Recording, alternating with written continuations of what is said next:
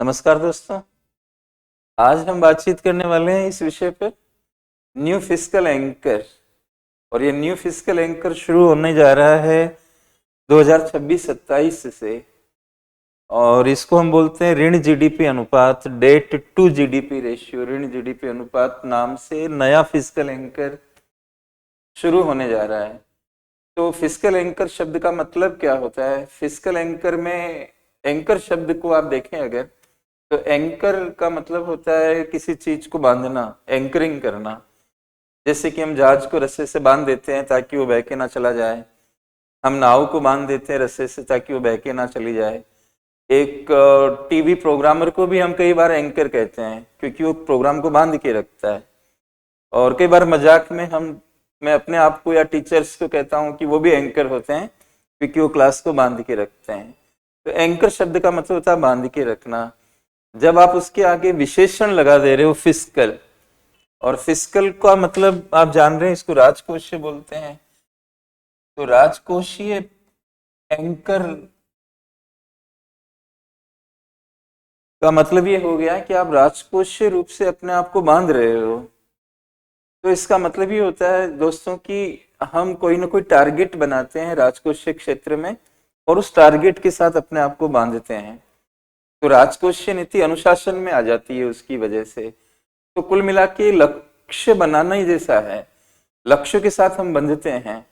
तो आपने देखा होगा कि हमारे भारत में एक एक्ट आया था, FRBM एक्ट, और 2003 में उसको पारित किया गया था, जुलाई 2004 में उसको इम्प्लीमेंट किया गया था। तो हमने एक टारगेट बनाया था कि हम राजकोषीय घाटे को 2008-9 के अंत तक जीडीपी का 3% कर देंगे, राजस्व घाटे को 0 कर देंगे। तो एक प्रकार से आप कह सकते हो कि वो भी राजकोषीय एंकर थे, यानी कि वो फिस्कल एंकर थे। राजकोषीय घाटा फिस्कल एंकर था जिसके साथ हम अपने आप को बांध रहे थे, राजस्व घाटा भी फिस्कल एंकर था जिसके साथ अपने आप को बांध रहे थे। तो अब हमारी सरकार उनको छोड़कर इस चीज को लागू करने वाली है।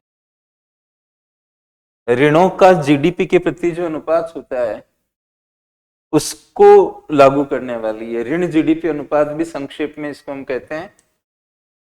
ये कुछ नहीं होता है, एक तरफ आप भारत सरकार के ऋणों को रखें, उनकी वैल्यू कितनी है, दूसरी तरफ आपका जीडीपी कितना है, तो वो ऋण जीडीपी का कितना परसेंट बनते हैं, वो परसेंट को हम टारगेट बनाने वाले हैं।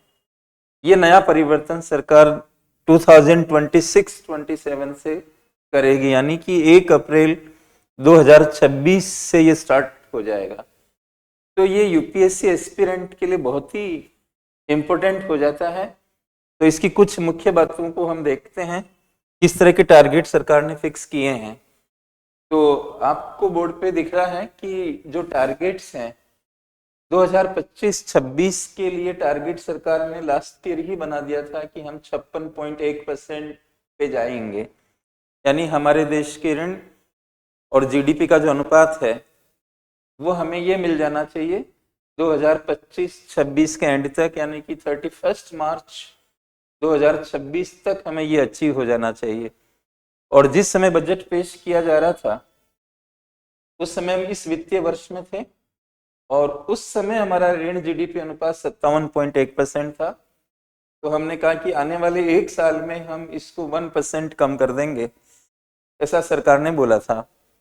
और धीरे धीरे हम आगे बढ़ेंगे और 2030-31 तक हमारा ऋण जीडीपी अनुपात 50% +1% या -1% हम ये अचीव करेंगे।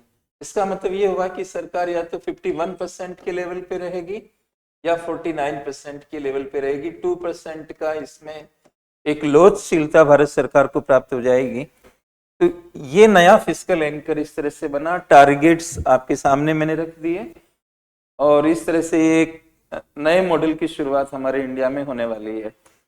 अब हम थोड़ा सा इसको कंपेयर करें, अगर कि कोई कमिटी वगैरह हो अगर जिसने कुछ बोला हो, तो उससे तुलना करके हम देख सकते हैं। तो एक समिति का नाम आपने सुना होगा, एनके सिंह कमेटी, और उसको FRBM एक्ट रिव्यू कमेटी भी कहते हैं। उन्होंने क्या गोल सेट किए थे, उनसे मैं इसको कंपेयर करवाता हूं आपसे। तो अगर आप इसको देखते हैं, एफआरबीएम रिव्यू कमेटी, ये 2016 में बनी थी और इन्होंने कहा था कि जनरल गवर्नमेंट का जो लेवल है वो 60% होना चाहिए ऋण जीडीपी अनुपात का। जनरल गवर्नमेंट में दोनों गवर्नमेंट्स को शामिल किया जाता है, सेंटर और स्टेट दोनों को शामिल किया जाता है। दोनों का जो टारगेट उन्होंने फिक्स किया था कि ऋण जीडीपी अनुपात सेंटर का 40 से ऊपर नहीं जाना चाहिए और स्टेट्स का 20% से ऊपर नहीं जाना चाहिए, दोनों का मिला के 60% से ऊपर नहीं जाना चाहिए।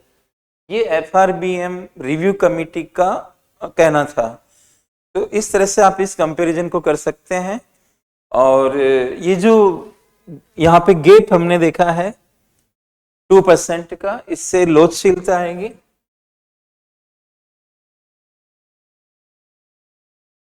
और मंदी के समय सरकार को खर्चे करने पड़ते हैं, ज्यादा खर्चे करने पड़ते हैं मंदी से इकोनॉमी को निकालने के लिए, तो उसको हम कहते हैं काउंटर साइक्लिकल फिस्कल पॉलिसी।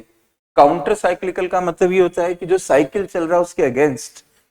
मंदी में क्या होता है, जीडीपी नीचे की तरफ जाता है, तो इसके अगेंस्ट अगर आपको जाना हो, मंदी से इकोनॉमी को बचाना हो, तो आपको ज्यादा खर्चे करने पड़ेंगे, टैक्स को भी कम करना पड़ेगा, तो आपको ज्यादा बोरो करना पड़ेगा। ज्यादा बोरो करोगे तो ये अनुपात बढ़ सकता है। तो हमारे पास एक रेंज है ये।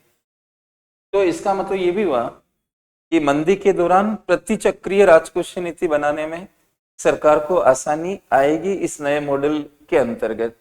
तो वो एक ज्यादा फ्लेक्सिबल फ्रेमवर्क भारत सरकार को इसमें प्राप्त होगा, ये एक बेनिफिट है। दूसरी बात इंपॉर्टेंट ये है कि ऋण जीडीपी अनुपात कंट्रोल में रहना चाहिए, नहीं तो फिर पेमेंट के इश्यूज आते हैं। सरकार की सोवरन रेटिंग भी डाउन होती है अगर वो जरूरत से ज्यादा ऋण जीडीपी अनुपात बढ़ रहा है, तो फिर सरकार के बॉन्ड्स को जंक बॉन्ड बोलने लगेंगे। और जंक बॉन्ड्स पे आप जानते हो कि ब्याज की दरें ज्यादा होती है, तभी वो मार्केट में सेल हो सकते हैं। तो इस तरह से ऋण जीडीपी अनुपात कंट्रोल में रहना चाहिए। इससे ब्याज भुगतान जो हम करते हैं वो भी कंट्रोल में रहता है। और आपको पता है कि राजस्व खर्च में सबसे ज्यादा खर्चा हम ब्याज के पेमेंट में करते हैं। तो इस तरह से आप राजकोषीय समेकन को बेहतर कर सकते हैं अगर आप ऋण जीडीपी अनुपात को कंट्रोल में रखते हैं। अगर आप राजकोषीय घाटे को टारगेट बनाते हैं और हर साल 3-3% भी राजकोषीय घाटा रखते हैं, तो राजकोषीय घाटे का वित्तीयन आपको पता है कि मार्केट से बोरो करके होता है, और वही बोरोविंग फिर आपकी टोटल ऋणों में जुड़ जाएगी। तो इस तरह से तो ऋण जीडीपी अनुपात एक सीमा से बहुत ज्यादा आगे निकल जाएगा। तो ये सब बातें आपको ध्यान में रखनी है कमिंग प्रीलिम्स एग्जामिनेशन के लिए, right. So this is all about new fiscal anchor. तो मुझे उम्मीद है कि आपको ये कॉन्सेप्ट काफी फायदेमंद रही होगी, और फिर हम अगले वीडियो में मिलते हैं। Thank you very much.